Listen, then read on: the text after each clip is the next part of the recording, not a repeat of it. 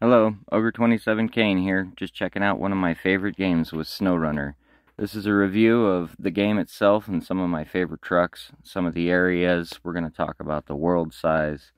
We're also going to talk about some of the other cool aspects of this game, some of the more outlandish stuff and some of the funner stuff, you know. I enjoy taking my truck out for a good spin. Sometimes it's not about doing the missions, sometimes it's just about enjoying the game itself. So, without further ado, let's go ahead and talk about some Snowrunner here.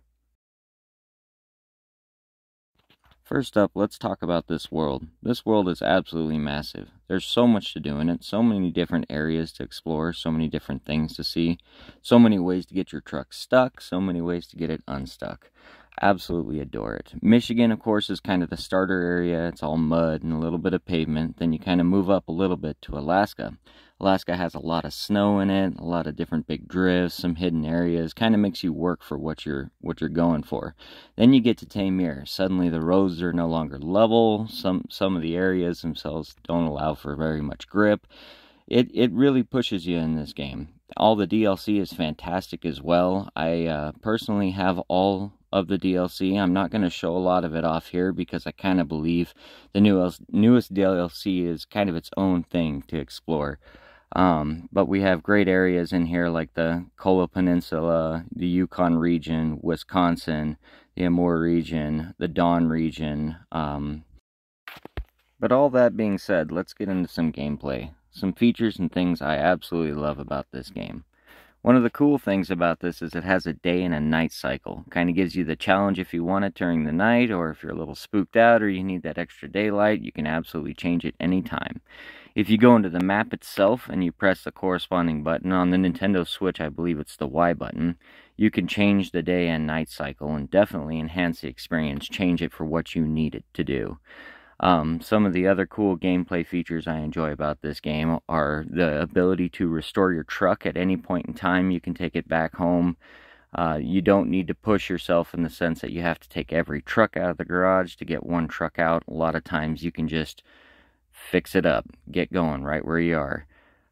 If you do want the challenge, though, it's totally open. You can have all the trucks out there in the world and you can keep them rolling out. Next up, I want to talk about controls. Controls are what you'd expect for a truck game. They completely differ from truck to truck. Every truck feels different. Everybody has their own preferences. Some trucks have a really, really slow turning control. Some trucks have a really, really slow acceleration. Some trucks are all over the place. Suspension is always an issue as well. You may find a truck that you really enjoy, but it may have really bad suspension. Tires definitely can affect your controls. So, one thing I'd mention about this game is that do not judge it by the original trucks that you get in this game. Definitely take your time and experiment with every truck. See which one actually works for you. See which one actually controls to your style. I personally love this truck, the Zex 605R. It's my favorite truck in the game. I just love to chill with this thing. But, you know, it's kind of up to you in that matter. Controls are also changeable in the options menu. There are a few things that you can do, a few adjustments you can make as well. But not too much that's going to give you an edge over the game itself. Alright, let's talk about the elephant in the room, the graphics. The graphics, in my opinion, do their job. It's nothing groundbreaking, it's not the best port in the world. Saber Interactive was known for their work on The Witcher 3, which looks pretty darn good. They continue to update it, they continue to add all kinds of quality of life features. The game is completely playable. You can definitely see that the pop-in is not a problem. It doesn't obstruct your ability to drive any of the trucks. It really comes down to if you can handle the lower resolutions and if you can handle the lower frame rate, then it's absolutely worth it in that sense. You're not getting a bad deal out of this. So last up, let's talk about the trucks. All the trucks in this game are upgradable and customizable. Some of them have four-wheel drive, some of them don't. Some of them have locking differentials, some of them don't. All of them have different tire sizes, different color schemes, different paint jobs, interior decorations. A lot of different things to mess with. They kind of went overboard in some of those sense, but I love every minute of it. The truck variation, of course, will always give you something to mess around with on each mission too. No two missions will ever be the same as long as you're, you know, experimenting in that sense.